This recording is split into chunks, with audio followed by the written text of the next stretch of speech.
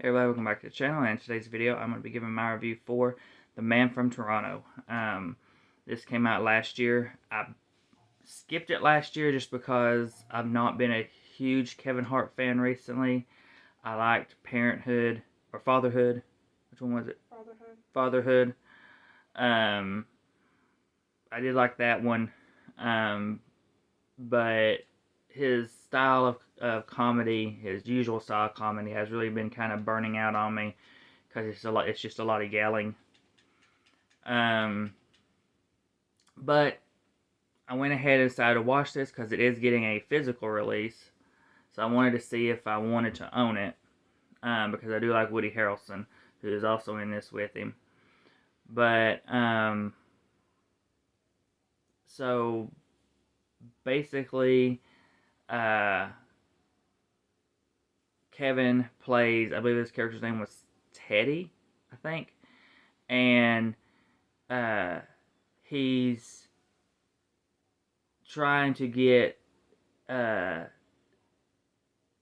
somebody to help pick up these ideas he has. He's filming videos for these things he's supposedly creating to help people work out easier and stuff like that, make it easier for people to work out that I guess can't, like, get in the gym and lift weights and stuff and really do physical things too much. Like me. And but so he's been kind of on this downfall, and it's to the point where every time something happens, they basically say he's teddying it up, basically pulling a Teddy. So it's his wife's birthday, and wife or girlfriend, I think it's wife, and they're going away to a cabin. He doesn't buy ink for the printer, so he can't read the address for the cabin very well. He shows up to the wrong cabin where they're waiting for, where these two guys have a man held captive waiting for the Man from Toronto, who is supposed to be Woody Harrelson. They think Teddy is the Man from Toronto. The FBI busted up. They know, obviously the FBI knows he's not the Man from Toronto, but now that he's sort of been thrown into this, he has to continue to pretend to be the Man from Toronto. And along the way, Woody Harrelson finds him and helps him continue to put on this persona, and that's the best I can explain this film.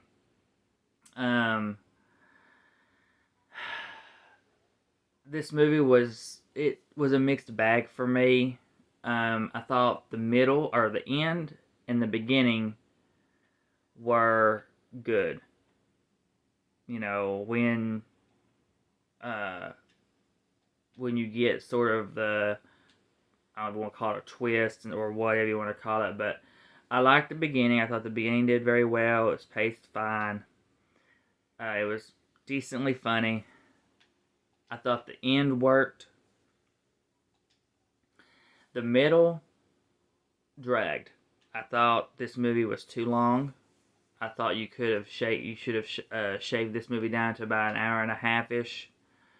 Because the middle just, for me, dragged. It was hard to keep my interest. The comedy didn't fully work at all times, which didn't help. Woody had to play the character very sort of straight-laced. He was a very serious character, so you didn't really get that comedic style that he can bring, which kind of sucked, especially when you're leaving all the comedy, for the most part, to Kevin. Not that he's not good, but yeah, not that he's not good. It would have been better if Woody was able to do his usual. Yeah. I do think they worked well together. It's just overall, the movie was just a very big disappointment. Um, and I really wished it could have been rated R. I think you had some scenes in here, multiple scenes where you could have had some uh, bloody, gory kills. I mean, there's a whole scene where a guy gets sawed with, looked like possibly either sawed his head sawed off or something with a chainsaw, and it's done off camera. You see,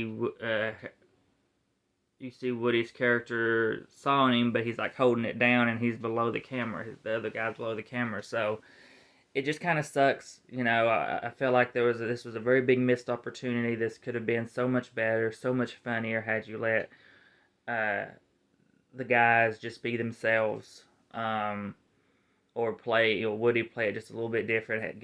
Let him have his own spin to it. But it wasn't a terrible movie. It's just not something I'd ever watch again. And overall, I gave this a 3 out of 5. I thought that was a solid, decent score for it. Maybe a little generous, but uh, it is on Netflix if you want to watch it. I would suggest watching it on there first before purchasing it, just to see if you will enjoy it. Even if you're a Kevin Hart fan, I would still suggest watching it on Netflix first if you haven't yet. So, but I believe that's everything I have to say for The Man from Toronto. So please comment, like, subscribe, hit the bell, be notified for our videos, and we will see you all in the next one.